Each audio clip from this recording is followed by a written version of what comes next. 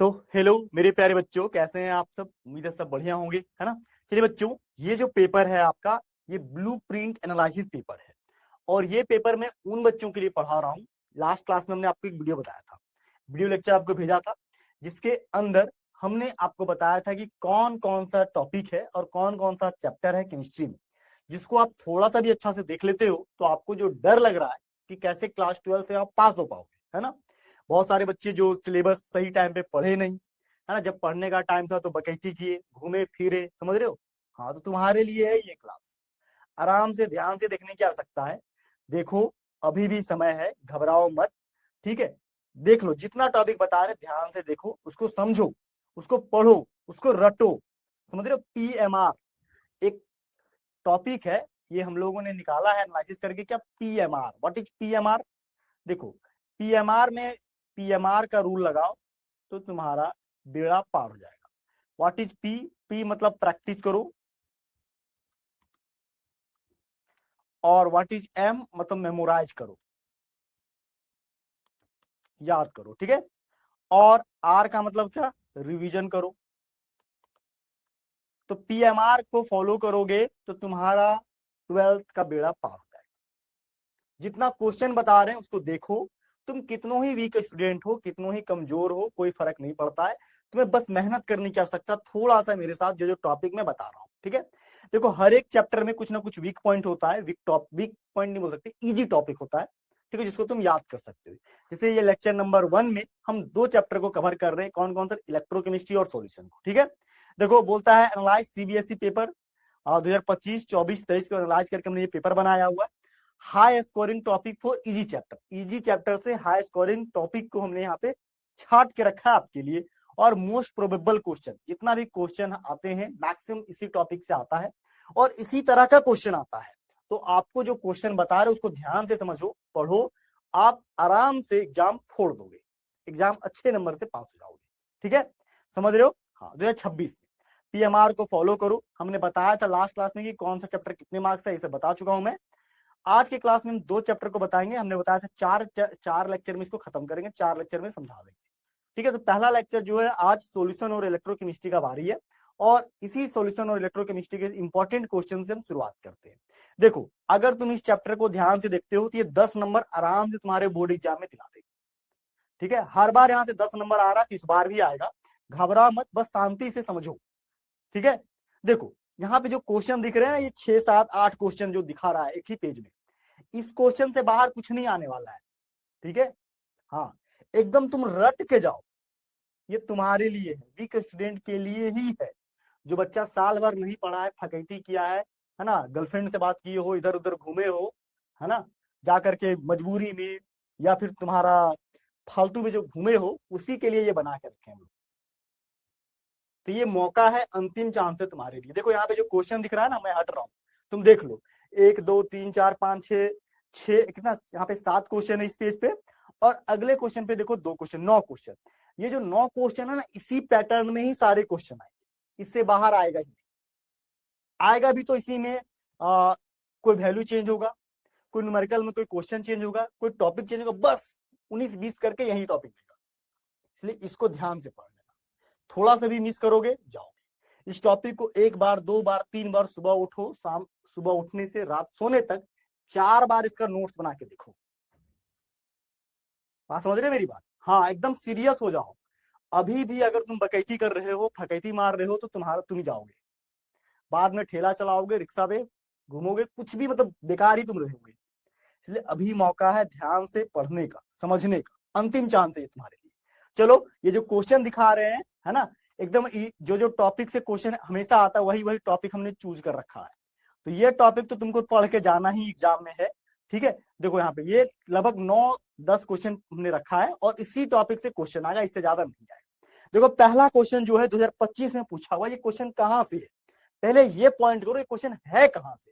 देखो, ये क्वेश्चन सबसे पहले दे दिया है कि सॉल्युबिलिटी ऑफ गैस, है ना, in liquid decreases with increase. ये solubility of gas in liquid का जो बात कर रहा है, ध्यान से देखो, solubility of gas in liquid मतलब लिक्विड सब्सटेंस में गैस घुला हुआ है, ये टॉपिक। अब ये टॉपिक है कहां का सर, अपने से बनाए नहीं, ये टॉपिक सॉल्यूशन चैप्टर के अंदर एक टॉपिक है, हेनरीज लॉ।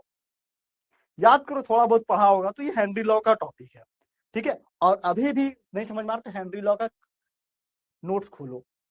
और तुम्हारे लिए एक बेनिफिट ये है कि हमने जो दिया हुआ है नोट, वो ऐप पे हार्ड कॉपी के फॉर्म में है।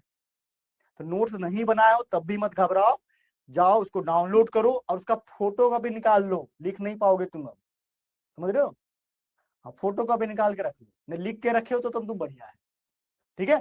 क्वेश्चन कहता क्या है कि solubility of gas in liquid, solubility of gas in liquid decreases with increase. क्या डिक्रीज होगा?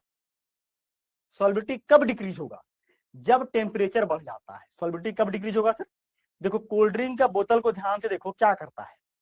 कोल्ड ड्रिंक के बोतल को तुम क्या करते हो इसको सर, इसके अंदर जो पी गैस होता है वो डायरेक्टली प्रोपोर्शनल होता है एक्स गैस का, यही तो होता है अकॉर्डिंग टू हेनरी लॉ।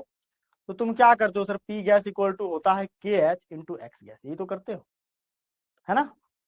अब बोलता है क्या सॉल्युबिलिटी, बोल रहा सॉल्युबिलिटी घटेगा। सॉल्युबिलिटी कब घटेगा सर? जब टेम्परेचर बढ़ जाएगा, टेम्परेचर बढ़ जाएगा। इसीलिए देखना कोल्ड ड्रिंक के बोतल को फ्रीज में रखा जाता है ताकि टेम्परेचर कम रहे। टेम्परेचर जितना कम रहेगा सॉल्युबिलिटी इंक्रीज रहेगा, और सॉल्युबिलिटी इंक्रीज रहेगा तुमको पीने में टेस्ट अच्छा लगेगा। और यही बात यहाँ पे इसका आंसर क्या हो जाएगा सर? टेम्परेचर। क्या हो जाएगा आंसर? टेम्परेचर। ये इजी क्वेश्चन है, एकदम इजी क्वेश्चन है। और ये हेनरी लॉ से, यानी कि तुम्हारा हेनरी लॉ बेटा सबसे इंपॉर्टेंट है। हेनरी लॉ सबसे इंपॉर्टेंट लॉ है। यहां से क्वेश्चन नींद में भी यही से क्वेश्चन आएगा, इसको पढ़ लेना है हेनरी लॉ एकदम ध्यान से। आंसर क्या होगा सर? टेम्परेचर या ताप, ठीक है। देखो इसको एक्सप्लेन भी किए हुए हम क्या कि solubility of gas in liquid follow Henry law, P gas equal to K H into X gas. और solubility of gas increases in pressure, pressure बढ़ाएंगे तब भी बढ़ेगा। But when temperature increases gas molecule get more kinetic energy and tend to escape from liquid and solubility decrease। Temperature बढ़ाओगे तो kinetic energy बढ़ेगा, kinetic energy बढ़ेगा solubility घट जाएगा, ठीक है।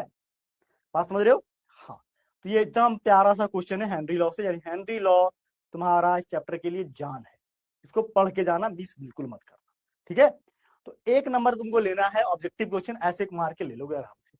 फिर से क्वेश्चन आया, देखो कहां पे 2025 में ही, यही इसी चैप्टर से क्वेश्चन दिया हुआ है। क्या बोला? इन case of association abnormal molar mass will be. ये क्वेश्चन है वांट ऑफ फैक्टर से, किससे सर? वांट ऑफ फैक्टर से ये क्वेश्चन है, ठीक है। क्या कहता है सर वांट ऑफ फैक्टर? देखो ये वांट ऑफ फैक्टर से क्वेश्चन, देखो वांट ऑफ फैक्टर, ये वांट ऑफ फैक्टर आई के बारे में बताता। आई क्या है सर? एक बार आई बराबर 0 होता है, ठीक है।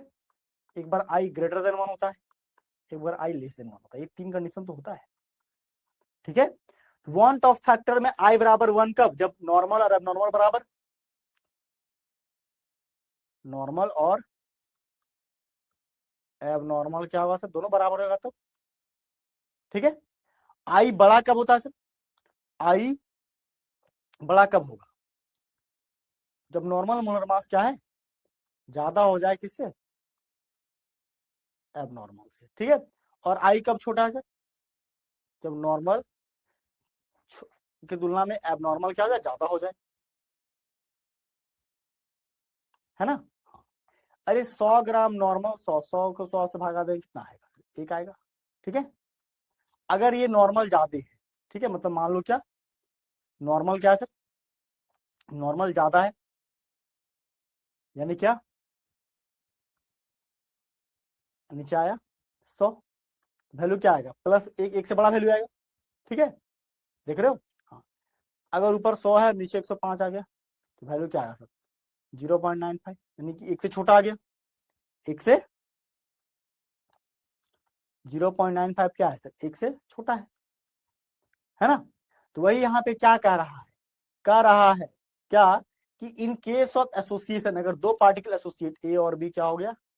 मिल गया, ए बी बना, पार्टिकल की संख्या घटा, पार्टिकल की संख्या घटेगा मतलब मोलर मास घटेगा। मोलर मास क्या होगा सर? घटेगा। तो बोलता है abnormal molar mass of solute will be, ये क्या होगा सर? एबनॉर्मल मोलर मास क्या होगा सर? यहाँ पे एबनॉर्मल मोलर मास मिल गया, नॉर्मल छोटा एबनॉर्मल ज्यादा, यानी कि यहाँ पे एबनॉर्मल मोलर मास ज्यादा हो जाएगा नॉर्मल से, और आई बराबर क्या होगा सर? Greater than 1। आई का वैल्यू क्या होगा सर? बढ़ जाएगा। आई का वैल्यू क्या होगा, बढ़ेगा। तो वही बात हमने यहाँ लिखा है क्या, कि value of van't Hoff factor in case of association i बराबर ग्रेटर देन 1। ठीक है, नॉर्मल मोलर मास से के तुलना में एबनॉर्मल मोलर मास क्या होगा, ज्यादा होगा। एबनॉर्मल मोलर मास ज्यादा होगा किसे, नॉर्मल मोलर मास के तुलना में, इसलिए यहाँ आई का वैल्यू क्या होगा, बढ़ेगा। कब, एसोसिएशन के केस में। तो ये बात हमने आपके नोट्स में बता रखा है, तो आप जाओ वहां पे इस बात को पढ़ लो, वन टॉप फैक्टर से क्वेश्चन देगा। ठीक है, आगे देखो सर, नेक्स्ट क्वेश्चन क्या है। नेक्स्ट है एजियोट्रॉपिक मिक्सचर। एजियोट्रॉपिक मिक्सचर क्या होता है, देखो अगर हम दो अलग अलग सॉल्यूशन, देखो एजियोट्रॉपिक मिक्सचर को हमने बताया है। देखो जैसे मान लो ये दो अलग अलग ग्लास है, इस ग्लास में अल्कोहल है और इस ग्लास में पानी है। पानी का बॉइलिंग पॉइंट अलग, अल्कोहल का अलग। अब ये दोनों को मिला करके एक में डाल दिए। अब दोनों को मिलाएंगे, दोनों का अलग अलग बॉइलिंग पॉइंट था, मिलाने के बाद एक नया बॉइलिंग पॉइंट आएगा। अब ये बॉइलिंग पॉइंट पहले वाले दोनों सॉल्यूशन की तुलना में अगर ज्यादा हुआ तो मैक्सिमम एजियोट्रॉपिक मिक्सचर, अगर कम हुआ तो मिनिमम एजियोट्रॉपिक मिक्सचर। ठीक है, दो कंडीशन बनता है। ठीक है, तो यहाँ पे क्या कह रहा है, देखो ये एजियोट्रॉपिक मिक्सचर हम पढ़ाएं आपके नोट्स में, उस टॉपिक को जाके देखना। बोलता है azeotropic solution of two liquids has boiling point lower than, lower मतलब दोनों के तुलना में घट गया, मतलब मिनिमम बॉइलिंग पॉइंट। अब जहां पे मिनिमम बॉइलिंग पॉइंट होता है वो दिखाता है पॉजिटिव डेविएशन। क्या दिखाता है सर, पॉजिटिव। मैक्सिमम रहता तो नेगेटिव डेविएशन दिखाता। तो वही बोलता है क्या, lower than either of them, तो सो क्या दिखाएगा, सो दिखाएगा पॉजिटिव डेविएशन दिखाएगा फ्रॉम रॉल्ट लॉ से। ठीक है, क्या दिखाएगा सर, रॉल्ट लॉ से धनात्मक विचलन को दर्शाता है। तो वही बात हमने लिखा है यहाँ पे, देखो इसका आंसर में क्या, कि so positive deviation from Raoult law. बोलता है azeotropic mixture has boiling point lower than either of its component it show positive deviation from Raoult law. ये रॉल्ट लॉ से हमेशा क्या दिखाएगा सर, पॉजिटिव डेविएशन दिखाएगा। यानी कि raw azeotropic mixture is very very important topic, यहां से क्वेश्चन आएगा और इसी टाइप का क्वेश्चन आएगा। तो बेटा पढ़ के जाना है एजियोट्रॉपिक मिक्सचर। ठीक है, एजियोट्रॉपिक मिक्सचर क्या करना सर, पढ़ लेना। ठीक है, बात समझ रहे हो, हाँ इसी टाइप का क्वेश्चन रहेगा, पढ़ के जाओगे हो जाएगा। ठीक है, देखो बोलता है राउल्ट क्या नियम धनात्मक विचलन दर्शाता है, जब एक एजियोट्रॉपिक विचलन राउल्ट के नियम से धनात्मक विचलन दर्शाता है तो उसका क्वथनांक उसके किसी भी घटक से क्या हो जाता है, कम होता है। क्या होता है सर, कम हो जाता है। ठीक है, अगला क्वेश्चन देखो क्या बोलता था, qualitative property used for determination of molar mass of polymer and protein is. देखो वो कौन सा क्वालिटेटिव प्रॉपर्टीज है जो पॉलीमर का मोलर मास निकालता है या प्रोटीन का। देखो चार तरह का क्वालिटेटिव प्रॉपर्टीज होता है।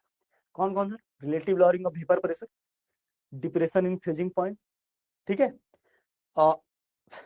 एलिवेशन ऑफ बॉइलिंग पॉइंट, और चौथा ऑस्मोटिक प्रेशर। चौथा क्या, ऑस्मोटिक प्रेशर। अब यहाँ पे पॉलीमर या प्रोटीन क्या, एक स्पंज टाइप का चीज है। अरे पॉलीमर क्या होता है, स्पंज टाइप का चीज है, लेयरिंग चीज है। तो जहां पे लेयरिंग का बात आता है, जहां पे लेयरिंग होता है, एक तरह से सेमी परमेबल मेम्ब्रेन टाइप का बात आ गया। क्योंकि ऑस्मोटिक प्रेशर में ही होता है ना कि एक लेयर से कोई भी सॉल्यूट सब्सटेंस को क्या करना पड़ता है, पास करना पड़ता है। तो यहाँ पे बात कर रहा है क्या, कि मोलर मास या प्रोटीन, प्रोटीन या मोलर मास क्या है, एक लेयरिंग टाइप का चीज है। जैसे एग, एग में प्रोटीन पाया जाता है, एक लेयरिंग बनता है। पॉलीमर, जैसे पॉलीमर क्या, पॉलीमर भी एक लेयरिंग का चीज है। कई सारे मोनोमर मिलकर के पॉलीमर बनते हैं। तो जहां पे मोनोमर या पॉलीमर का बात आता है तो वहां पे जो क्वालिटेटिव प्रॉपर्टीज वर्क करता है वो होता है क्या, ऑस्मोटिक प्रेशर। ये एकदम डायरेक्ट याद रखना कि जहां पे पॉलीमर या प्रोटीन का बात करें वहां पे कौन सा qualitative property sir, osmotic pressure, प्रासरण दाब वाला। ठीक है, देखो तुम ज्यादा लॉजिक वॉजिक पे मत जाओ, तुमको जैसे समझा रहे बस समझ के याद रखो। ठीक है, ये टॉपिक इंपॉर्टेंट है, पढ़ के जाना, क्वालिटेटिव प्रॉपर्टीज और ये ऑस्मोटिक प्रेशर। ठीक है, जो जो टॉपिक यहाँ पे आए उस टॉपिक को बेटा पढ़ के जाना। ठीक है, एकदम रट लो, तुम जब पढ़ने बैठ रहे हो अभी समय है। देखो केमिस्ट्री में केवल 10 चैप्टर है, अदर सब्जेक्ट का तो अदर सब्जेक्ट में ज्यादा, लेकिन केमिस्ट्री में केवल 10 है। थोड़ा तुम ध्यान से पढ़ोगे तो हो जाएगा। ठीक है, आगे चलो सर, आगे क्या है, आगे बोलता है देखो ऑस्मोटिक प्रेशर में this property depends only on the number of solid particles and not their nature, making it ideal for determining the molar mass of macromolecules like protein and polymer।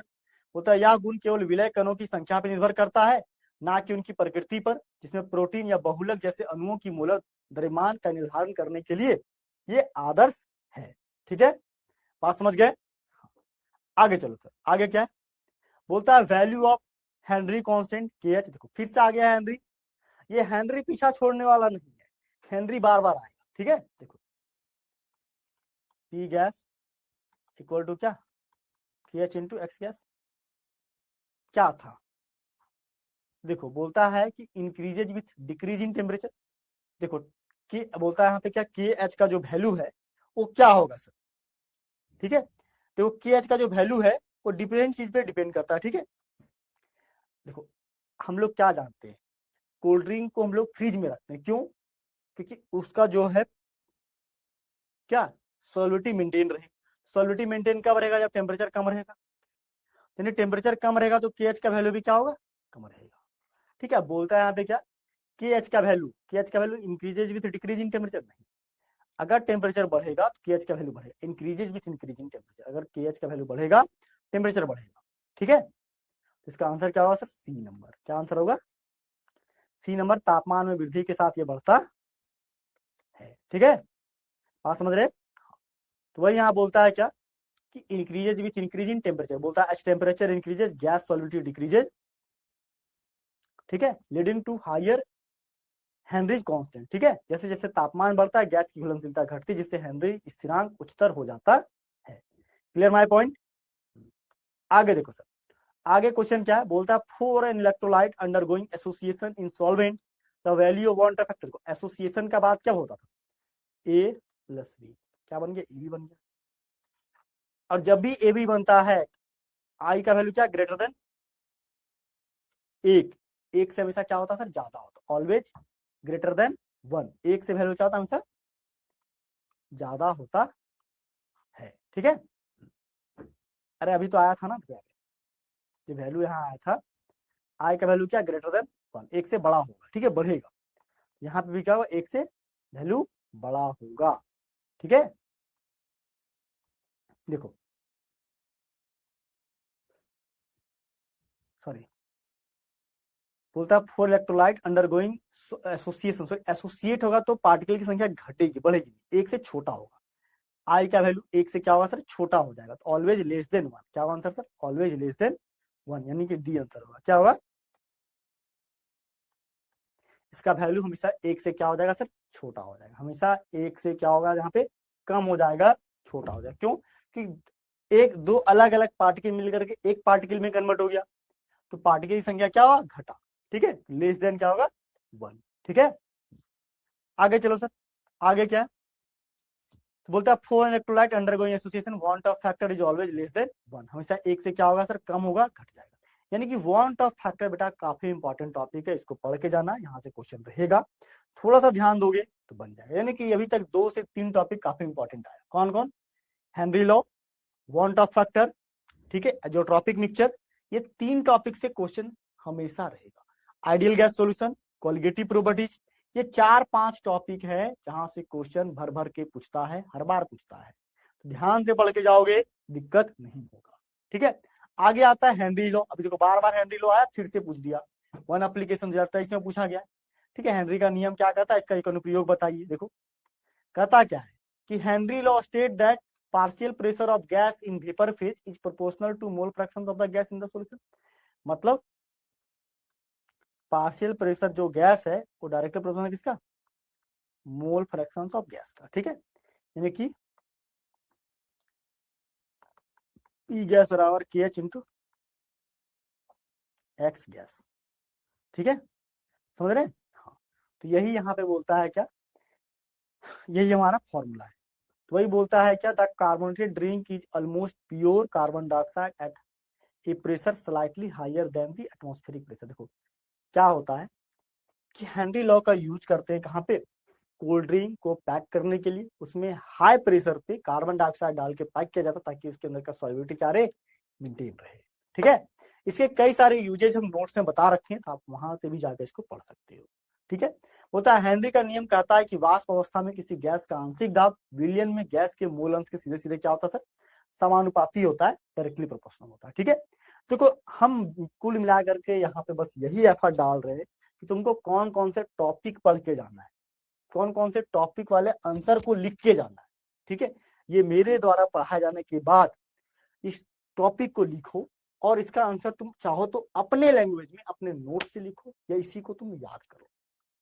ठीक है, बात समझ रहे हो मेरी? हाँ, देखो आगे। आगे बहुत ही छोटा सा प्यारा सा न्यूमेरिकल क्वेश्चन है, बोलता है Henry law constant for CO2 in water. क्या दिया सर? CO2 इन वाटर, ठीक है। हाँ, होता है हेनरी लॉ कांस्टेंट, KH का वैल्यू दिया हुआ क्या? 1.67 गुने 10 का पावर कितना? 8 pascal. Calculate the number of moles of XCO2 gas, मतलब XCO2 बराबर वाट। बोलता है यहाँ पे क्या? 540 gram soda water when packed under high pressure, मतलब P गैस बराबर क्या दिया?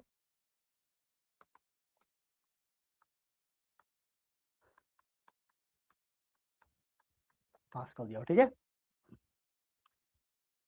यानी कि सोडा वाटर यहाँ पे दिया हुआ है, ठीक है। सोडा वाटर मतलब क्या? एक तरह से देखो,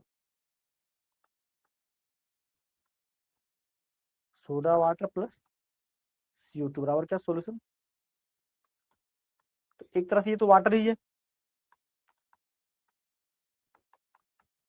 18 ग्राम, ठीक है। यहाँ नंबर ऑफ मोल्स कितना हुआ?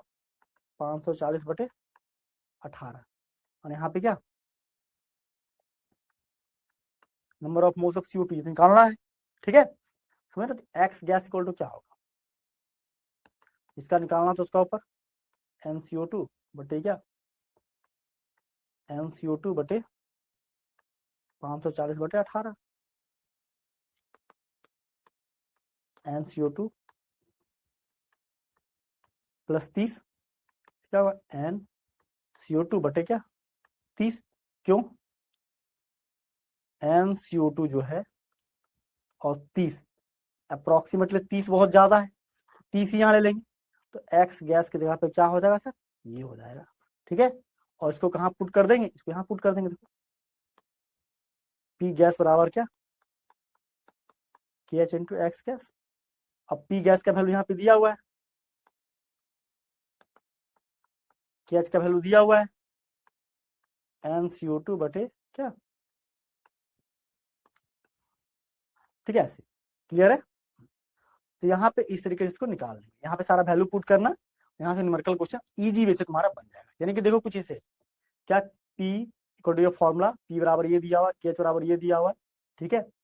एक्स बराबर ये दिया, नंबर ऑफ मोल्स क्या? N बटे CO2। यहाँ पे NCO2 को क्या करेंगे? एक तरह से N प्लस 30 को अप्रोक्सीमेटली क्या कर देंगे सर? 30 लिखेंगे। उसको सॉल्व करोगे तो N बराबर क्या आएगा? 0.06 मोल। और यही हम लोग को निकालना था CO2 का मोल, ठीक है। मतलब बहुत इजी क्वेश्चन है ये, न्यूमेरिकल क्वेश्चन भी हेनरी लॉ से। यानी कि हेनरी लॉ कुल मिला के क्या है? बहुत बहुत इंपॉर्टेंट है। तुम हेनरी लॉ अच्छे से पढ़ के जाना, मैं बार बार कह रहा हूँ, यहाँ से क्वेश्चन रहेगा, ठीक है। बढ़िया क्वेश्चन रहेगा यहाँ से। आगे देखो सर, आगे भी यहाँ क्वेश्चन दिया हुआ क्या? बोलता है if 1.17 gram of sugar is dissolve in 25 gram of water, it's boiling point increases by 0.017 degree celsius, find the molar addition constant. यानी कि केबी फाइंड आउट करने बोला है, ठीक है। समझ रहे हैं? उन्नयन स्थिरांक केबी यहाँ पे फाइंड आउट करने हैं। देखो कैसे होगा, सिंपल सी बात है, delta T B equal to K B into M. ये फॉर्मूला ये पता है आपको, कॉलिगेटिव प्रॉपर्टीज। कॉलिगेटिव प्रॉपर्टीज में ये सारा बता है, चारों कॉलिगेटिव प्रॉपर्टीज, ठीक है। देखो डेल्टा केबी बराबर क्या होता है? एम बराबर क्या होता है? एम बराबर होता है यहाँ पे WB इंटू 1000 बटे MB इंटू WA, ठीक है। ये सारा वैल्यू पुट कर दो, क्या बनेगा? केबी बराबर delta TB MB into WA बटे WB इंटू 1000। सारा वैल्यू यहाँ पे पुट कर दो, ठीक है। 0.017, तो केबी बराबर कितना आएगा? केल्विन केजी पर, ठीक है। देखो क्वेश्चन बहुत इजी है, ठीक है। थोड़ा सा तुमको पढ़ के जाना है, मैं बार बार कह रहा हूँ तुम टॉपिक पढ़ के जाओ, ठीक है। जो जो टॉपिक यहाँ पे हम खोल रहे हैं उस टॉपिक को तुम पढ़ के जाना, नहीं जाओगे तब दिक्कत होगा, चले जाओगे तो बिल्कुल दिक्कत नहीं, ठीक है। बात समझ रहे हो? हाँ, देखो आगे से वही हिंदी में भी वही बात है, delta T V equal to K V into M, सारा पुट करेंगे, केवी बराबर ये, यानी कि तुम्हारा चारों कॉलिगेटिव प्रॉपर्टीज में से एक जगह से न्यूमेरिकल क्वेश्चन रहेगा। चार कॉलिगेटिव प्रॉपर्टीज कौन? देखो, relative lowering of vapour pressure, depression in freezing point, elevation of boiling point और ऑस्मोटिक प्रेशर। ये चार क्वालिटेटिव प्रॉपर्टीज को ध्यान से पढ़ के जाओगे, यहीं से क्वेश्चन रहेगा, कुछ ना कुछ क्वेश्चन आपको यहाँ से मिल जाएगा, ठीक है। बात समझ रहे हो मेरी? चलो आगे बढ़े। देखो आगे आगे यहाँ पे बहुत ही प्यारा सा यहाँ अप्रोच लेना, हम लोग अप्रोच लेना सिखा रहे हैं कि कैसे आपको केस बेस्ड क्वेश्चन कैसे बनाना। केस बेस्ड क्वेश्चन जब भी आए तो उसका आंसर जो उसी में छुपा होता है। जैसे यहाँ पे देखो केस बेस्ड क्वेश्चन का हमने दिया हुआ है, 2025 में पूछा था, उसी को हमने ले रखा है। ध्यान से पढ़ो, बोला था स्पॉन्टेनियस फ्लो। देखो ध्यान से क्या लिखा हुआ है, the spontaneous flow of solvent through a semi permeable membrane.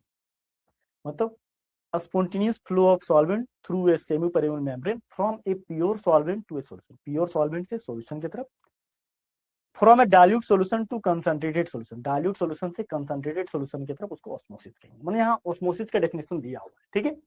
The spontaneous flow of solvent through a semi permeable membrane from pure solvent to a solution और from dilute solution to concentrated solution is called osmosis. उसको क्या बोलते हैं sir? Osmosis उस घटना को बोलते हैं।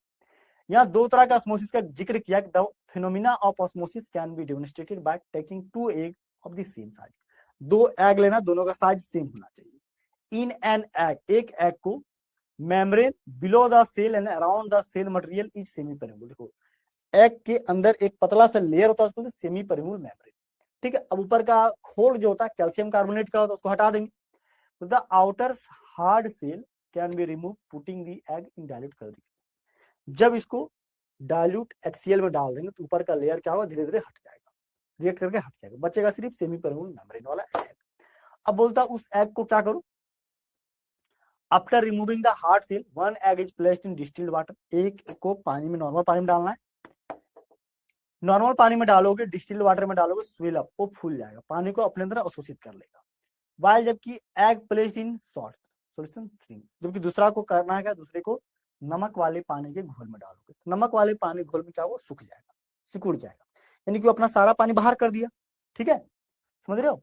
हाँ, तो वही बोलता है यहाँ पे कि एक एक्जोसोमोसिस कर रहा है, एक इंडो। एक्जो का मतलब होता है सारा पानी बाहर, इंडो का मतलब फूल जाना। जैसे किशमिश को पानी में डालोगे, किशमिश फूल जाता है, इंडो से पानी अंदर की तरफ चला गया, ठीक है, और पानी बाहर चला गया तो एक्जोसमोसिस, ठीक है, एक्जोसमोसिस में श्रिंक कर जाएगा। अब आगे बोलता है क्या, द एक्सटर्नल प्रेशर, बाहरी दबाव, अप्लाई टू स्टॉप ऑस्मोसिस। अब देखो ऑस्मोसिस का मतलब क्या है, देखो जैसे ऑस्मोसिस का मतलब होता है, देखो यहाँ पे लगा दिए, ठीक है, ये लगा दिए सेमी परमेबल मेम्ब्रेन, ठीक है, और इधर एक बर्तन है, ठीक है, इसके बगल में बर्तन है, यहाँ का सारा पानी, यहाँ का जो सॉल्यूट पार्टिकल पानी इधर आ जाएगा, ठीक है, इधर आ जाएगा, ठीक है। अब क्या बोल रहा है कि हम इधर से और ज्यादा प्रेशर लगा दें, इधर से क्या करें, और ज्यादा एक्स्ट्रा प्रेशर लगा, ताकि जो उधर गया है वापस इधर ना आए, जो उधर गया है वापस इधर नहीं आए, तो इधर का जितना बचा खुचा सब उधर चला जाए। तो external pressure apply to stop osmosis, इतना ज्यादा प्रेशर लगा दे कि वो पार्टिकल जो उधर गया वापस इधर ना आए, ठीक है। बोलता है external pressure applied to stop osmosis term है जो ऑस्मोटिक प्रेशर, उसको हम ऑस्मोटिक प्रेशर कह देते हैं, ठीक है, उसको क्या कहते हैं, ऑस्मोटिक प्रेशर कह देते हैं। ऑस्मोटिक प्रेशर क्या है, कोलिगेटिव प्रॉपर्टीज। बोलता है reverse osmosis takes place when applied external pressure becomes larger than osmotic pressure. अगर जो ऑस्मोटिक प्रेशर यहाँ लगा उसके तुलना में और ज्यादा प्रेशर ऊपर से लगा दे, ताकि बचा खुचा सारा पानी उधर चला जाए और जो सोल्यूट पार्टिकल है वो यहाँ बच जाए, उसको बोलते हैं, जब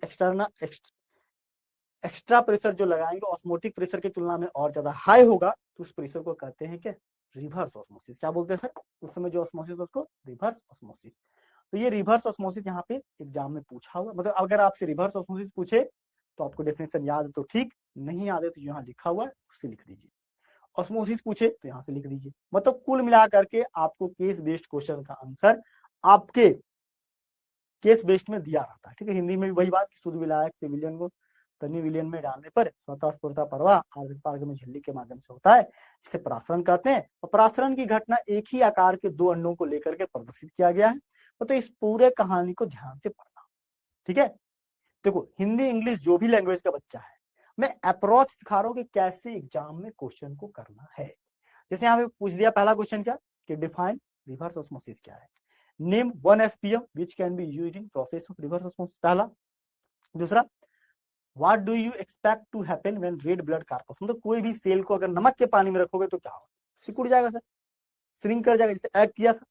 हाँ, वाइल जबकि one of one of the following will have the higher osmotic pressure, 1 molar KCl और 1 molar urea, justify your answer. किसके पास ऑस्मोटिक प्रेशर ज्यादा होगा? देखो यहाँ पे 2 आयन है, K+ और Cl-, I बराबर यहाँ 2 हो जाएगा, जबकि यहाँ पे I बराबर क्या होगा 1। जहाँ पे वांट ऑफ फैक्टर की संख्या ज्यादा होती है उसका ऑस्मोटिक प्रेशर ज्यादा होगा। Why osmotic pressure is qualitative property. 3 तरह का क्वेश्चन पूछा हुआ, देखो उत्क्रम प्रासरण को परिभाषित करे, ठीक है, और SPM का नाम बताएं, ठीक है, और प्रासरण दाब का अनुसंख्यिक गुणधर्म क्यों कहते हैं, ठीक है। मतलब छोटा छोटा क्वेश्चन दिया, ये क्वेश्चन ऑलरेडी आपको पढ़ाया भी गया और आप चाहेंगे तो इससे देख करके लिख सकते हैं। जहां पे आपको लाइन समझ में आता है, जिसे अनुसंख्यिक गुणधर्म कहलाता है। कब कहलाता है? जब प्रासरण को रोकने के लिए लगाया गया बाहरी दबाव, ठीक, मतलब जो जहां से मिले आंसर आप वहां से अंडरलाइन करके लिख सकते हो अगर आपको याद नहीं है तो। देखो हमने क्या लिखा, reverse osmosis takes place when applied external pressure becomes larger than the osmotic pressure. देखो हमने रिवर्स ऑस्मोसिस को कैसे एक्सप्लेन किया, जो था वहीं से लिख दिया लाइन। देखो यहीं से लिखे ना हम लाइन, देखो यहाँ पे जो लाइन था क्या, यही लाइन कॉपी करके लिखे, ठीक है। यानी कि आपको क्या करना है, कोई भी केस बेस्ड क्वेश्चन के देख करके घबराना नहीं, उसका आंसर केस बेस्ड पैराग्राफ के अंदर होता है। आप थोड़ा सा दिमाग लगा के वहां से आराम से लिख सकते हैं, ठीक है, जैसे हमने यहाँ पे लिख दिया। जैसे लिखोगे आपका 1 नंबर कंफर्म, ये 2 नंबर का क्वेश्चन होगा, 2 नंबर कंफर्म। नीचे 3 क्वेश्चन देखो, बोलता है the red blood corpuscles solution shrink due to osmosis. देखो अब हम क्या बताए थे, नमक के पानी में तुम एग को डालोगे सिकुड़ रहा है, तो RBC को भी डालोगे तो भी सिकुड़ेगा। तो वही बोलता है कि red colour corpus RBC in salt solution due to exosmosis के कारण क्या हुआ, श्रिंक कर जाएगा। बोलता है नमक के घोल में लाल रक्त कणिकाएं सिकुड़ जाती क्या, इस कारण बाह्य प्रासरण के कारण, ठीक है, पहला। दूसरा क्या बोल रहा है, van't Hoff factor KCl is I बराबर 2, जबकि यूरिया में 1 है। So according to formula pi equal to CRT या pi equal to ICRT, KCl का ऑस्मोटिक प्रेशर क्या हुआ ज्यादा, क्योंकि यहाँ पे I का वैल्यू क्या 2, यहाँ पे I का वैल्यू 1, ठीक है, बात समझ रहे। बोलता है सिंस, अब इसको ऑस्मोटिक ये क्वालिटेटिव प्रॉपर्टी क्यों कहते हैं, वो बोलता है it depends on the number of solid particle therefore it is a qualitative. मतलब वैसा प्रॉपर्टी जो विलय की कणों की संख्या पर निर्भर करे, विलायक के कणों की संख्या पर निर्भर करे, उसको हम अनुसंख्यिक गुणधर्म क्वालिटेटिव प्रॉपर्टी कहेंगे। यानी कि यहाँ पे जितना भी आंसर था इस पैराग्राफ में कहीं ना कहीं छुपा हुआ था। थोड़ा सा आपको दिमाग लगाना है, थोड़ा सा समझना और इसका आंसर दे देना है। बात समझ गए मेरी, ठीक है। तो ऐसे टॉपिक को समझना है, देखना है और आंसर करना है। यानी कि सॉल्यूशन चैप्टर में आपको कोई भी क्वेश्चन आए, कहां से आएगा, देखो मोलारिटी, मोलालिटी, मोल फ्रैक्शन से न्यूमेरिकल आ सकता है, Rawls law, ideal non ideal solution से या क्वालिटेटिव प्रॉपर्टी से, और वांट ऑफ फैक्टर से, एबनॉर्मल मोलर मास से। देखो जो 6 टॉपिक हम लिखे हैं, देखो अभी जितना भी क्वेश्चन करना है इसी 6 टॉपिक से आएगा। तो जो हम क्वेश्चन करवाएं उसको अच्छे से पढ़ लेना, समझ लेना, और ये 6 टॉपिक, उस टॉपिक को पढ़ना और इस टॉपिक को खोल के पढ़ना, दोनों को मिला मिला के पढ़ो। मिला के पढ़ोगे बेटा याद रहेगा। देखो ये एग्जाम CBSE का है, समझ रहे हो, तो झाड़ू मार के आओ जाओगे तो नहीं मिलेगा, थोड़ा सा एफर्ट करके जाना होगा।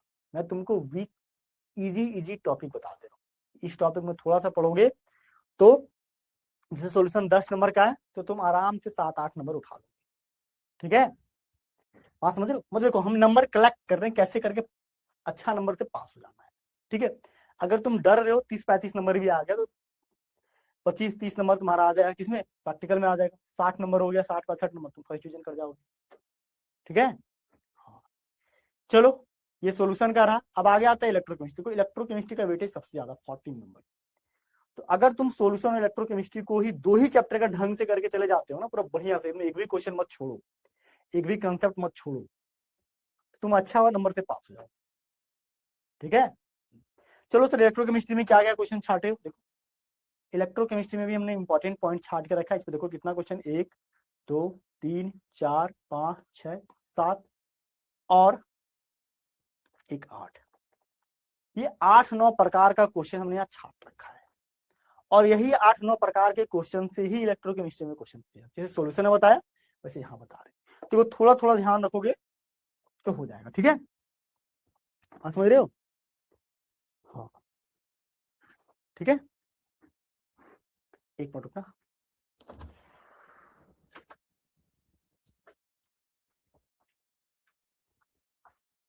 थोड़ा पानी लगेगा।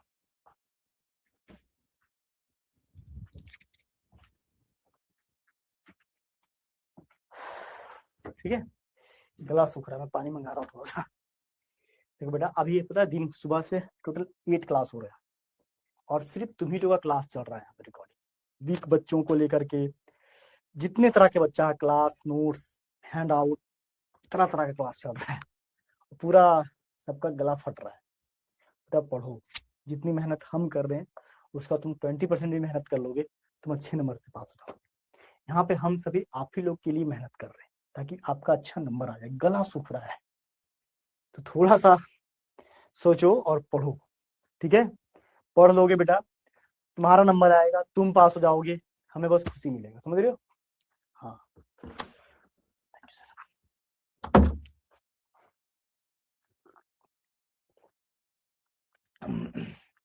देखो क्वेश्चन हार्ड नहीं है, क्वेश्चन समझने वाला है। जहां जहां से क्वेश्चन उठता है मैं उसी उसी पॉइंट पे फोकस कर रहा हूँ। थोड़ा सा तुम भी करो, समझो चीजों को, ठीक है। समझ लाओगे तो हो जाएगा, नहीं समझोगे तो दिक्कत होगा, ठीक है। मैंने शुरू दिन ही कहा था कि कामचोरी मत करना, कमजोर हो कोई दिक्कत नहीं, तुम पास हो जाओगे। जो जो बोल रहा हूँ फॉलो करो, पास हो जाओगे, ठीक है। चलो सारे क्वेश्चन को देखते हैं, ठीक है। क्या क्वेश्चन सबसे पहला क्वेश्चन यहाँ पे कोलराल्स लॉ से। किससे सर? कोलराल्स लॉ। ये जो है ना, ये कोलराल्स लॉ का इक्वेशन, इसको बोलते हैं डिबाय हकल ऑन सेगर इक्वेशन। कौन सा sir? Debye Huckel Onsager equation, ठीक है। इलेक्ट्रोकेमिस्ट्री का सबसे important topic Kohlrausch's law, Debye Huckel Onsager equation. ये क्वेश्चन बोलता है कि lambda not M minus A under root C, बोलता है Kohlrausch's law gap the following relationship for strong electrolyte at low concentration. Low concentration पे strong electrolyte क्या होगा? Which following equality for hold true. देखो अगर तुम सी को जीरो कर दो, क्या कर दो? जीरो, तो क्या लैम्डा एम जो है लैम्डा नॉट एम के बराबर हो जाएगा। मतलब molar conductivity, limited molar conductivity जो है वो लिमिटिंग मोलर कंडक्टिविटी के इक्वल हो जाता है, ठीक है। देखो लिमिटिंग मोलर कंडक्टिविटी जो है, मोलर कंडक्टिविटी जो है वो लिमिटिंग मोलर कंडक्टिविटी के बराबर हो जाता है जब क्या तुम सी को कर देते हो जीरो। कैसे?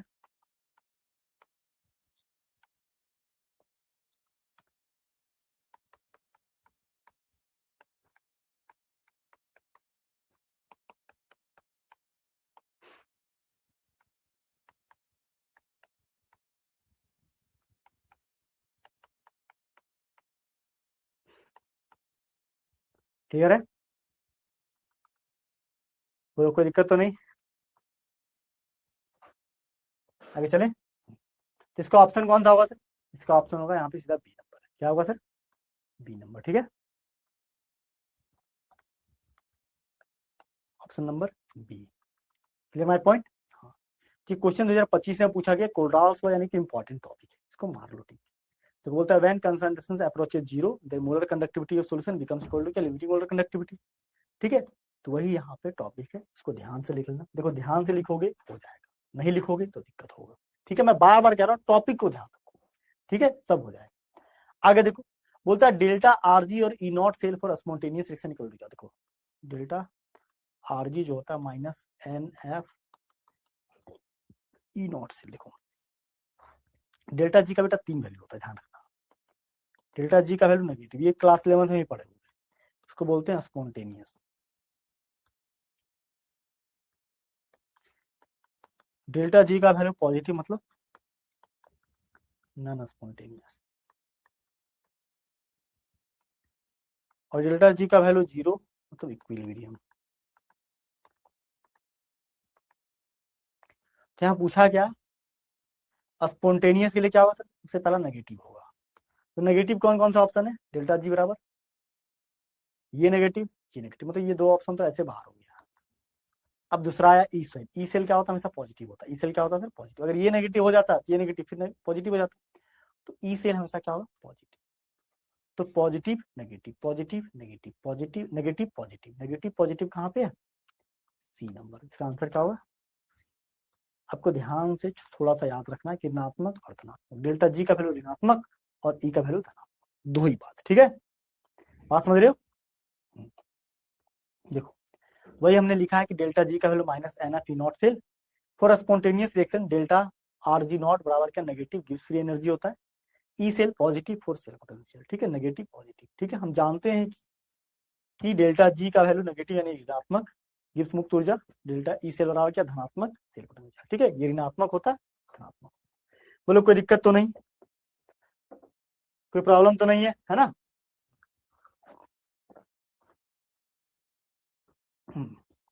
आगे देखो सर, आगे देखो सेल पोटेंशियल से दिया, सेल पोटेंशियल बहुत इजी टॉपिक है।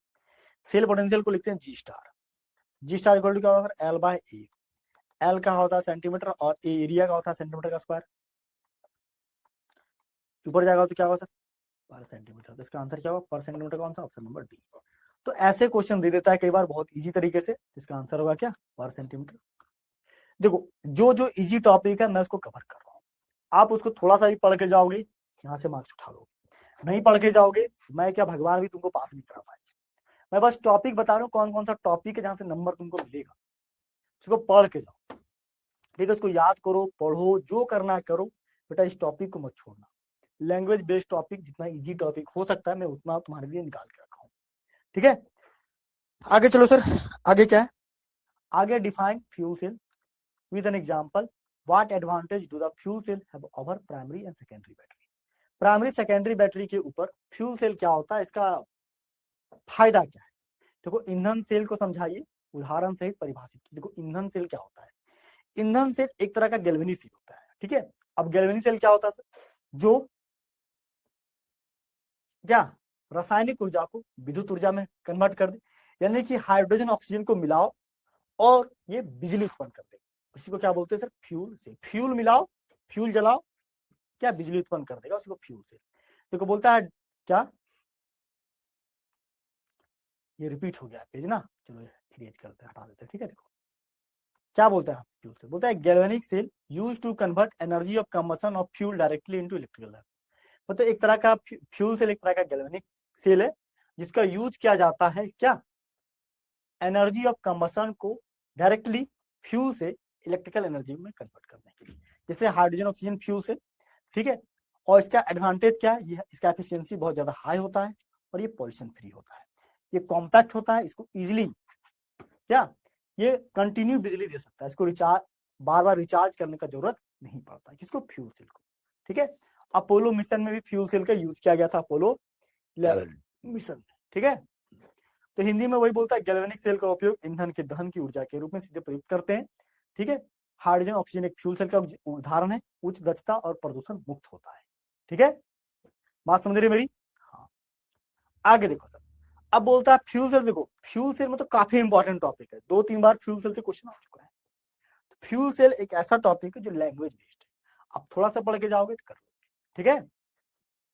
देखो बोलता है fuel cell are preferred for production of electrical energy than thermal plant. बोलता है फ्यूल सेल को ज्यादा प्रीफर किया जाता है production of electrical energy than thermal plant. देखो थर्मल प्लांट में जो एनर्जी निकलता है, इलेक्ट्रिकल एनर्जी क्रिएट किया जाता है, इसलिए रेडियो एक्टिव सब्सटेंस का यूज करते हैं। और रेडियो एक्टिव सब्सटेंस कई तरह का रेडिएशन छोड़ता है, अल्फा बीटा गामा, जो हमारे नेचर के लिए बहुत ही घातक होता है। अगर थोड़ा सा हम संपर्क में आए तो हमारा बॉडी उससे क्या होगा, डिस्ट्रॉय हो जाएगा, खराब हो जाएगा, हमें बहुत नुकसान पहुंच सकता है।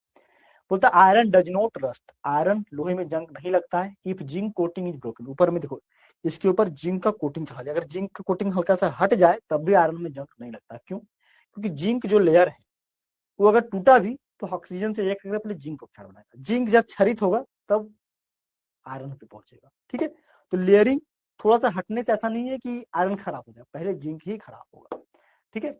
नेक्स्ट बोलता है in experimental determination electrolytic conductance direct current is not used. Electrolytic conductance में डीसी करंट क्यों यूज नहीं करते, डीसी करंट यूज करेंगे तो इलेक्ट्रोलाइट को आयन में तोड़ देगा, और आयन में तोड़ देगा उसका कंपोजिशन बिगड़ जाएगा, इसलिए कंपोजिशन ना बिगड़े इसलिए डीसी यूज नहीं करते। क्या यूज करते सर? एसी। ठीक है, तो वही यहाँ पूछा हुआ है, हिंदी में भी वही बात पूछा हुआ है। 2025 का पूछा गया क्वेश्चन है कि विद्युत ऊर्जा के उत्पादन के लिए तापीय संयंत्रों की तुलना में ईंधन सेल का प्राथमिकता क्यों दी जाती है? पहला। दूसरा, गैल्वेनाइज्ड पाइप में जिंक कोटिंग नष्ट हो जाने पर भी लोहे में जंग नहीं लगता, क्यों? तीसरा, विद्युत अपघटनी चालकता के प्रायोगिक निर्धारण में दिष्ट धारा का उपयोग क्यों किया जाता है? देखो बहुत इजी क्वेश्चन हमने यहाँ दे रखा है, ध्यान से देखो। पहला क्वेश्चन क्या बोलता है? Fuel cell are preferred over thermal plant. Fuel cell को ज्यादा प्रीफर किया जाता है थर्मल प्लांट की तुलना में ड्यू टू हाई एफिशिएंसी, क्योंकि इसका एफिशिएंसी हाई होता है और ये पॉल्यूशन फ्री होता है, नेचर में कोई तरह का पॉल्यूशन फैलाता नहीं है। कौन? फ्यूल सेल, इसलिए। ठीक है, पहला रीजन। दूसरा क्या बोलता है? Zinc coating is broken. यदि जिंक का कोटिंग टूट गया तो zinc steel undergoes oxidation, zinc oxidation में चला जाएगा और ये लेयर ऑक्सीडेशन में चला जाएगा, लेकिन आयरन ऑक्सीडेशन में नहीं जाएगा, इसलिए आयरन रस्टिंग होने से बच जाएगा। वही बोलता है if zinc coating is broken zinc steel undergoes oxidation and protecting iron from rusting, और ये लोहे को जंग लगने से क्या करेगा सर? बचा देगा। ठीक है, बात समझ रहे मेरी? हाँ, बोलता है in the experimental determination electrolytic conductivity के लिए क्या direct current is not used, direct current का इस्तेमाल नहीं करते हैं because it can cause polarization, इसके कारण पोलराइजेशन होता है इलेक्ट्रोड के बीच और आयन को जनरेट कर देगा। बोलता है this polarization leads to inaccurate measurement of conductivity, conductivity को इनएक्यूरेट मेजरमेंट देता है। मतलब देखो पूरे इलेक्ट्रोलाइटिक सब्सटेंस ही ब्रेक डाउन हो जाता है, टूट जाता है। इलेक्ट्रोलाइटिक सब्सटेंस जब टूटेगा, ठीक है, पॉजिटिव नेगेटिव आयन में, तो क्या होगा सर? तो पूरा का पूरा सेल डिस्ट्रॉय हो जाएगा, मतलब सेल अच्छा कंडक्टिविटी नहीं दे पाएगा, इसलिए डीसी की जगह पे क्या यूज करते? एसी यूज करते हैं। ठीक है, वही बात हमने हिंदी में लिखा है। उच्च दक्षता और कम प्रदूषण के कारण ईंधन सेल का तापीय संयंत्रों की तुलना में अधिक पसंद किया जाता है। यदि जिंक कोटिंग नष्ट हो जाए तो जिंक ऑक्सीकरण से गुजरता है जो लोहे को जंग लगने से बचाता है। विद्युत अपघटनी चालकता का प्रायोगिक निर्धारण में दिष्ट धारा का उपयोग नहीं किया जाता क्योंकि यह इलेक्ट्रोड के ध्रुवीकरण के कारण बन सकता है। इस ध्रुवीकरण के कारण चालकता का माप गलत हो जाता है। क्या होता है सर? गलत हो जाता है, इसलिए डीसी की जगह पे क्या यूज करते हैं? एसी यूज करते हैं। ठीक है, एक बहुत ही प्यारा सा न्यूमेरिकल क्वेश्चन है, इतना प्यारा सा है कि कोई भी बच्चा इसको आराम से बना देगा। बोलता है कि from the lambda m for acetic acid and its degree of dissociation alpha molar conductivity यहाँ पे दिया होगा। ठीक है, एसिटिक एसिड का निकालना है, एसिटिक एसिड का कैसे निकलेगा?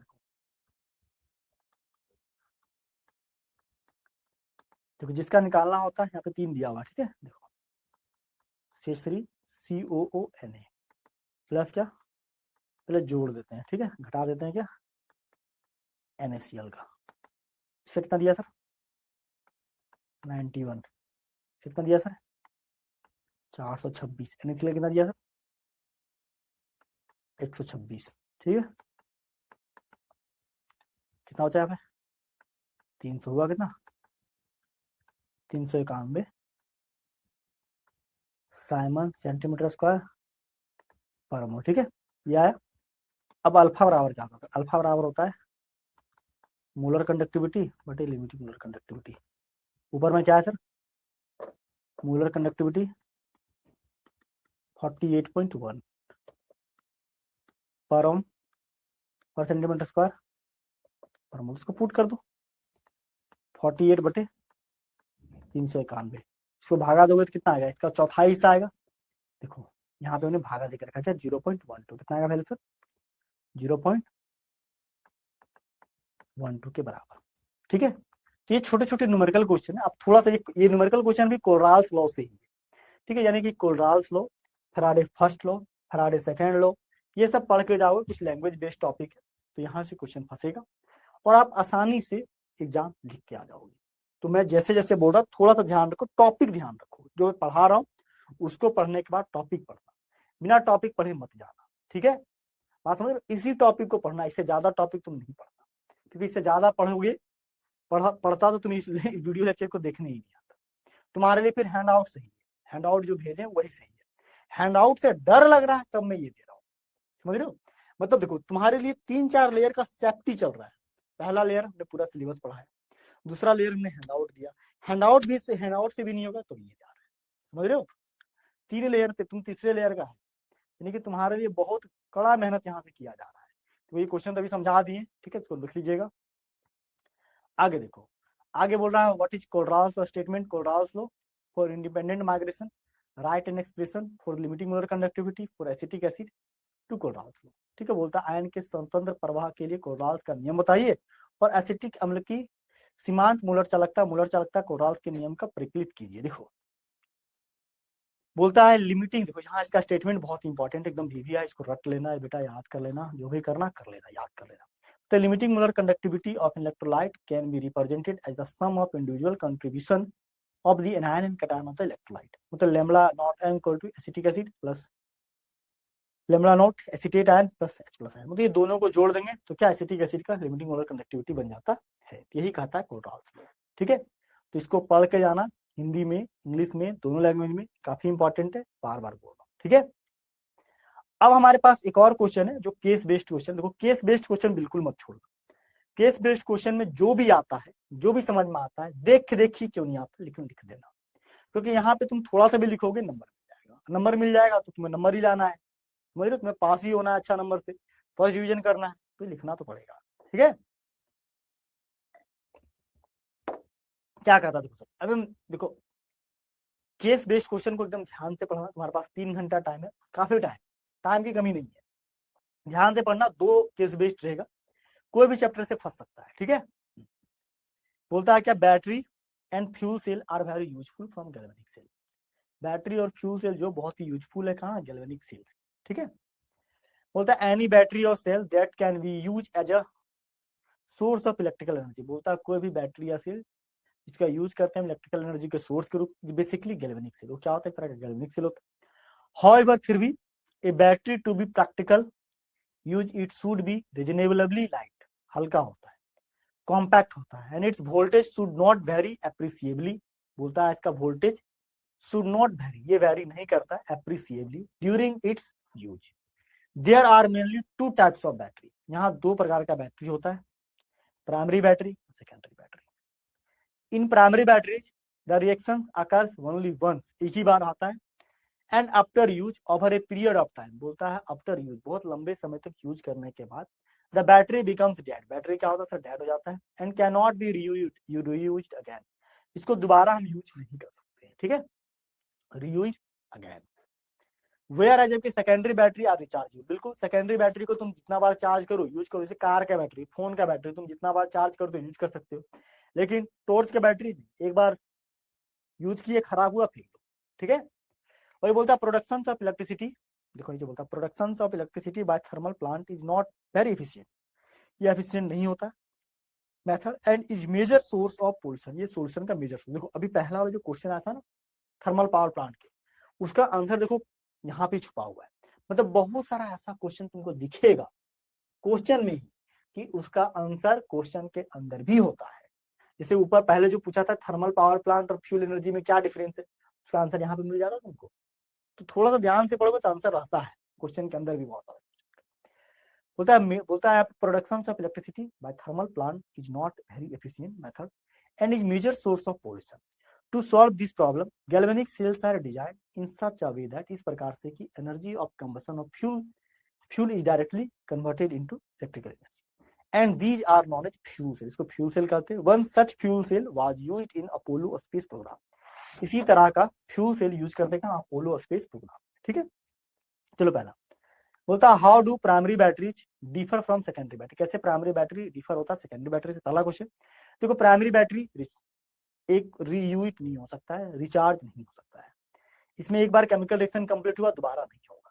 लेकिन सेकेंडरी बैटरी क्या, तुम रीयूज कर सकते हो, रिचार्ज कर सकते हो, बार बार यूज कर सकते हो। पहला डिफरेंस तो यहीं पे। सेल पोटेंशियल मरकरी सेल का 1.35 होता है, remains constant during its life, give reason. अरे इसका रीजन तो पहले बता चुके हैं। देखो मरकरी सेल के अंदर जो भी रिएक्शन होता है सब का सब सॉलिड मीडियम में होता है। ठीक है, अब कोई भी रिएक्शन अगर सॉलिड मीडियम में हो, आयन प्रेजेंट ना हो, तो कंसंट्रेशन जो होता है आयन पे डिपेंड करता है। अब आयन तो वहां पे होता नहीं है उसके रिएक्शन में, तो आयन नहीं होगा, इसीलिए इसका लाइफ टाइम तक इसका पोटेंशियल डिफरेंस क्या होता है, सेम रहता है, चेंज नहीं होता है। ठीक है, दूसरा बोलता right the reactions involve in recharging of lead storage battery. Lead storage battery के दौरान कौन कौन सा रिएक्शन होता है, तो ये सल्फ्यूरिक एसिड के साथ रिएक्शन करता है लीड। ठीक है, ये रिएक्शन आपके नोट्स में भी है, उसको याद करके आना। देखो ये क्वेश्चन सिर्फ ये आंसर तुम अपने से नहीं लिख सकते क्योंकि ये याद करना पड़ेगा, बाकी बाद ये 2 क्वेश्चन का आंसर तो यहाँ पे है, उसी से तुम देख के लिख दोगे। ठीक है, हिंदी में भी वही बैटरी, ईंधन सेल, गैल्वेनिक सेल से किस तरह से डिफरेंस है ये पूरा पढ़ लीजिएगा। प्राथमिक बैटरी द्वितीयक बैटरी में किस प्रकार भिन्न है ये पूछा हुआ है। मरकरी सेल का विभव 1.35 कैसे फिक्स होता है ये पूछा हुआ है। सीसा भंडारण बैटरी में कौन कौन सा अभिक्रियाएं होती है ये पूछा हुआ। मतलब देखो कहानी है, पढ़ो ध्यान से और आंसर दे दो, ठीक है। क्या आंसर होगा सर पहला क्वेश्चन का? देखो प्राइमरी बैटरी आज नॉट रिचार्ज, एक लाइन में लिखा कि प्राइमरी बैटरी को आप रिचार्ज नहीं कर सकते, जबकि सेकेंडरी बैटरी रिचार्ज, इसको बार बार रिचार्ज किया जा सकता है। तो overall reaction does not involve any ion, यहाँ पे कोई भी आयन नहीं होता ड्यूरिंग इट्स लाइफ टाइम, पूरे लाइफ टाइम में मरकरी का, इसीलिए उसका कंसंट्रेशन चेंज नहीं होगा, इसलिए उसका voltage all time 1.35 volt fix हो जाता है, ठीक है। लेड स्टोरेज बैटरी का यहाँ केमिकल रिएक्शन से लेड सल्फेट को ये 2 इलेक्ट्रॉन गैन करेगा, लेड अलग सल्फेट आयन टूट के अलग। लेड सल्फेट को वाटर के साथ अभिक्रिया करेगा, lead oxide plus sulphate ion plus 4H plus ion, 2 electron बाहर हो गए। ये कैथोड एनोड पे होने वाली अभिक्रियाएं हैं, इसको याद कर लेना, ठीक है। हिंदी में भी लिखा प्राथमिक बैटरी रिचार्जेबल है, इसकी द्वितीयक बैटरी चार्जेबल, रिचार्जेबल नहीं है, द्वितीयक बैटरी का रिचार्जेबल है। समग्र अभिक्रिया, ठीक है। मरकरी सेल में क्या होता है? अपरिवर्तन होता है, अपरिवर्तनीय होता है क्योंकि यहाँ पे आयन इन्वॉल्व नहीं होता है। फिर ये कैथोड एनोड पे होने वाले अभिक्रिया है। कुल मिलाकर के तुमको क्या पढ़ना है, कुल मिलाकर के इस टॉपिक में जो पढ़ के जाना है, याद करके जाना है, देखो पहला कोलरॉल्स एकदम ध्यान से पढ़ के जाना, याद करके जाना। मूलर कंडक्टिविटी, यहाँ से क्वेश्चन फंस जाएगा। कंडक्टिविटी, यहाँ से क्वेश्चन फंस जाएगा। नॉस्ट इक्वेशन से फंस जाएगा। इलेक्ट्रोकेमिकल सेल और ईएमएफ से फंस जाएगा। गैल्वेनिक सेल और इलेक्ट्रोलाइटिक सेल के बीच डिफरेंस यहाँ से फंसेगा। फैराडे लॉ से फंसेगा, कोरोजन से पढ़ेगा और फ्यूल से। देखो ये 7-8 टॉपिक है बेटा, आराम से पढ़ के जाना। ये दोनों चैप्टर फिजिकल केमिस्ट्री का करके जाना, ठीक है। ध्यान से करके जाओगे ना, यही नंबर तुमको, यही 2 चैप्टर तुमको 25 लगभग 24 नंबर दिला दे रहा है, ठीक है। ध्यान से करके जाओगे एग्जाम क्लियर हो जाएगा। थोड़ा सा पढ़ के जाना, मेहनत करना, बिना मेहनत का कुछ नहीं होता है। मैं एक लाइन लिखा था फर्स्ट दिन और आज भी वही लिख रहा हूँ। अगर आप कमजोर बच्चे हो कोई दिक्कत नहीं, मैं पास करा दूंगा, ठीक है। बस जैसे जैसे बोल रहा हूँ वैसे वैसे पढ़ना, कोई दिक्कत नहीं होगा, तुम 100% पास हो जाओगे। लेकिन तुम कामचोर बच्चा है तो मैं कुछ नहीं कराऊंगा, गॉड भी कुछ नहीं करेगा, भगवान भी तेरे लिए कुछ नहीं कर पाएगा। बेटा पढ़ना स्टार्ट कर दो, रूटीन बना के पढ़ो, जैसे पढ़ना है पढ़ो, ठीक है। डेली सुबह शाम पढ़ो, अभी भी समय है, काफी समय है, पढ़ोगे हो जाएगा। केमिस्ट्री में केवल 10 चैप्टर है, तो ध्यान से पढ़ोगे तो हो जाएगा, ठीक है। चलो इन सभी बातों के साथ बेटा आज के क्लास को समाप्त कर देते हैं। मिलेंगे इसके बाद नेक्स्ट क्लास में, तब तक थैंक यू सो मच, जय हिंद, बाय, हैप्पी लर्निंग, अच्छे से पढ़ाई करते रहना।